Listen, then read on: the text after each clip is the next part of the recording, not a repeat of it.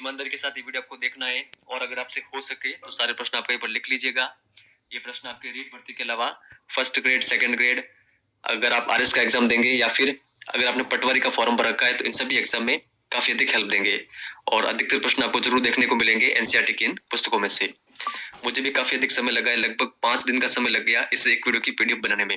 पूरी बुक को कवर करना काफी बड़ी बात है, तो समय तो लगने ही वाला है, लेकिन आपको भी थोड़ी मेहनत लगेगी, आपको भी सारे प्रश्न लिख लेने हैं। चलिए इस वीडियो की शुरुआत करते हैं। अधिक से अधिक लाइक करके हमें सपोर्ट जरूर करिएगा।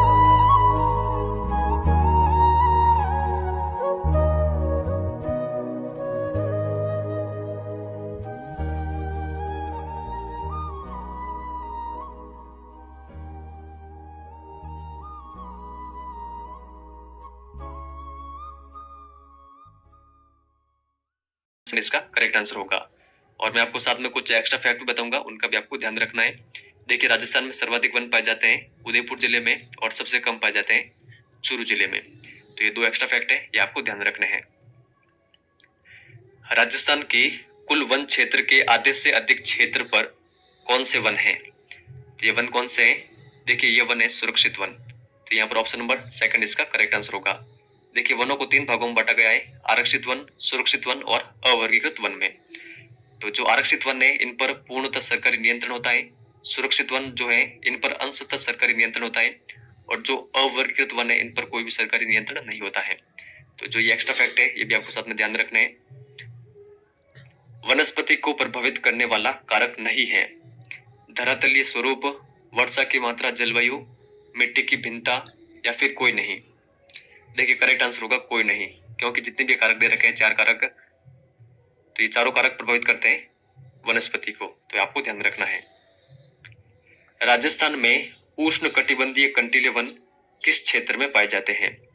देखिए, करेक्ट आंसर होगा उष्ण कटिबंधीय कंटीले वन पाए जाते हैं पश्चिमी राजस्थान में और पश्चिमी राजस्थान में हमें देखने को मिलती है मरुद्भिद वनस्पति, जिसके उदाहरण है रोहिड़ा, खिजड़ी, धोकड़ा, बेर, बबूल, केर और नीम। तो वनस्पति जो ये मरुद्भिद वनस्पति है इसके उदाहरण ये सभी आपको ध्यान रखने हैं। निम्नलिखित को सुमेलित करें। तो पहले हम देख लेते हैं ऑप्शन को। रोहिड़ा पौष्टिक घास, सेवण, राज्य पुष्प, खेजड़ी, राज्य पक्षी, गोडावन, राज्य वृक्ष। देखिए, जो रोहिड़ा है ये है राज्य पुष्प और जो सेवण है वो है पौष्टिक घास। तो फर्स्ट का ऑप्शन नंबर बी हो रहा है, तो फर्स्ट का ऑप्शन नंबर बी देखिए यहाँ पर दे रखा है, बाकी किसी में फर्स्ट का बी नहीं दे रखा है, तो 1 नंबर ऑप्शन यहाँ पर हमारा करेक्ट आंसर होगा। खेजड़ी क्या है? राज्य वृक्ष है, गोडावन राज्य पक्षी। तो ये सभी आप ध्यान रखिएगा। अधिक तापमान, कम वर्षा, वृक्षों की पत्तियां छोटी और जड़ें गहरी होना किन वनों की विशेषता है? देखिए, 3-4 विशेषता दे रखी है, ये सभी विशेषता है ऑप्शन नंबर फर्स्ट जो उष्ण कटिबंधीय कंटीले वन है इनकी, ये आपको ध्यान रखनी है। निम्न में से कौन से वन सदैव हरे भरे रहते हैं? देखिए, सदैव हरे भरे रहते हैं अर्ध उष्ण कटिबंधीय सदाबहार वन, तो यहाँ पर ऑप्शन नंबर 3 इसका करेक्ट आंसर होगा। राजस्थान में ये वन कहां पर देखने को मिलते हैं? आबू पर्वतीय क्षेत्रों में, और इनके अंतर्गत कौन कौन से वन आते हैं? सागवान, बांस और आम। तो ये आपको ध्यान रखना है। ग्रीष्म काल में कौन से वन अपनी पत्तियां गिरा देते हैं? देखिए, यह वन है उष्ण कटिबंधीय शुष्क पतझड़ वन, तो यहाँ पर ऑप्शन नंबर 2 करेक्ट होगा। अब देखिए, जो ये वन है पतझड़ वन, ये किन किन जिलों में पाए जाते हैं? जो हड़ौती जिले हैं, इसके अलावा उदयपुर, चित्तौड़गढ़, बांसवाड़ा, डूंगरपुर राज्य में। प्रमुख वृक्ष कौन कौन से पतझड़ वनों में?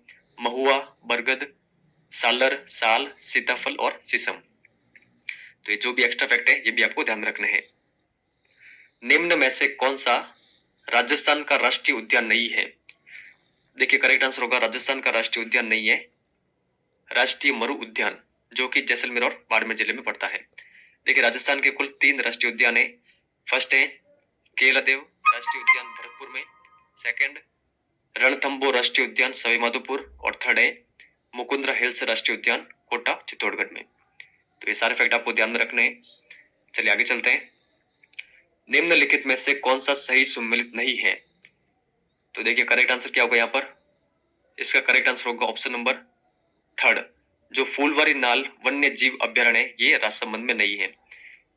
तो ये कहां पर है? देखिए, ये है उदयपुर में। बाकी के जो सही है वो भी आपको ध्यान रखने हैं। केला देवी वन्य जीव अभ्यारण्य करौली सवाईमाधोपुर में, कुंभलगढ़ वन्य जीव अभ्यारण्य राजसमंद पाली उदयपुर में, सरिस्का वन्य जीव अभ्यारण्य अलवर में। तो यहाँ से आपके 4 क्वेश्चन रेडी होते हैं, सभी के बारे में आपको ध्यान रखना है। राष्ट्रीय चंबल घड़ियाल अभ्यारण्य निम्न में से किस जिले के अंतर्गत नहीं आता? कोटा बूंदी, सवाईमाधोपुर, करौली धौलपुर, अलवर भरतपुर। देखिए करेक्ट आंसर होगा अलवर भरतपुर के अंतर्गत नहीं आता है राष्ट्रीय चंबल घड़ियाल अभ्यारण्य। तो ये किन किन जिलों के अंतर्गत आता है ये आपको ध्यान रखना है। निम्न में से कौन सा सही सुमेलित है?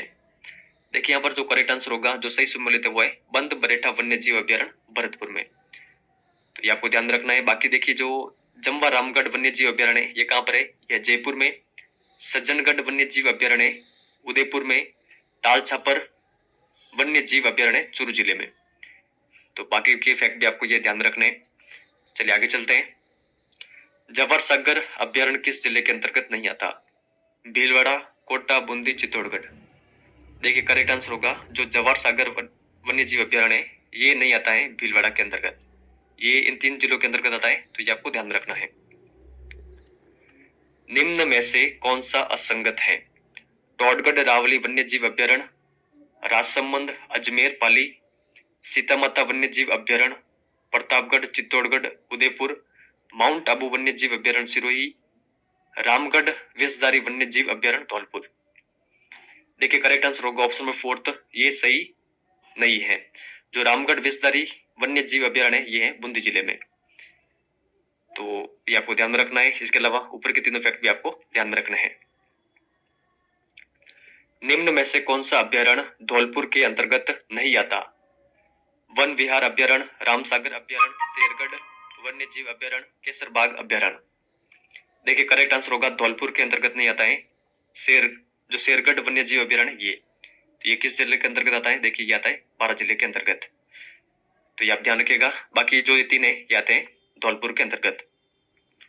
निम्न में से कौन सा सही सुमेलित नहीं है? बैसरोडगढ़ व बस्सी अभ्यारण्य चित्तौड़गढ़, जयसमंद अभ्यारण्य उदयपुर, नाहरगढ़ अभ्यारण्य जयपुर, सवाई मानसिंह वन्य जीव अभ्यारण्य जयपुर। देखिए यहाँ पर जो सही सुमेलित नहीं है वो होगा ऑप्शन नंबर 4। तो ये कहाँ पर है? सवाई मानसिंह वन्य जीव अभ्यारण्य। देखिए ये है सवाईमाधोपुर में। तो ये आपको ध्यान रखना है। और बाकी के जो ऊपर के तीनों फैक्ट है ये भी आपको ध्यान रखना है।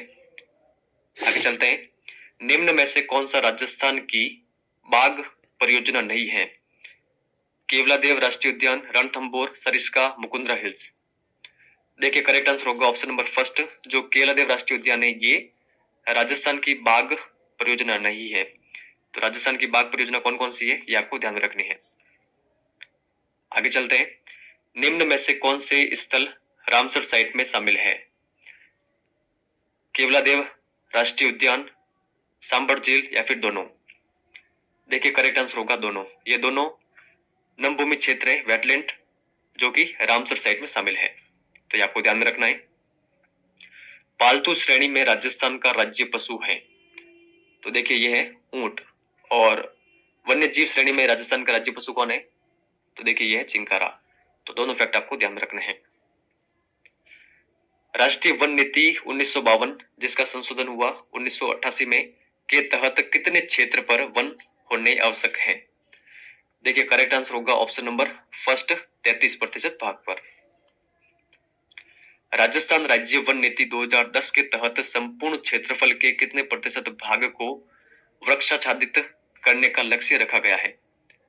देखिए करेक्ट आंसर होगा ये लक्ष्य रखा गया है 20% का। तो ये आपको ध्यान रखना है। और देखिए राजस्थान राज्य की जो वन नीति है वो इसका जो ईयर है 2010, ये आपको जरूर ध्यान रखना है, कभी कभार पूछा जाता है। आगे चलते फिर। केंद्रीय वृक्ष क्षेत्र अनुसंधान संस्थान काजरी और शुष्क वन अनुसंधान संस्थान आफरी किस जिले में है? देखिए काजरी और आफरी दोनों जोधपुर के अंतर्गत है। ये आप ध्यान रखिएगा। ऑप्शन नंबर 2 इसका करेक्ट आंसर होगा। इनकी फुल फॉर्म भी आपको ध्यान रखनी है। खिजड़ली हत्याकांड कब हुआ था? तो देखिए करेक्ट आंसर होगा खिजड़ली हत्याकांड हुआ था 1723 में। किसके नेतृत्व में हुआ था? तो अमृता देवी के नेतृत्व में हुआ था। इसके अंतर्गत कुल 363 स्त्री पुरुष मारे गए थे। तो ये आपको ध्यान रखना है।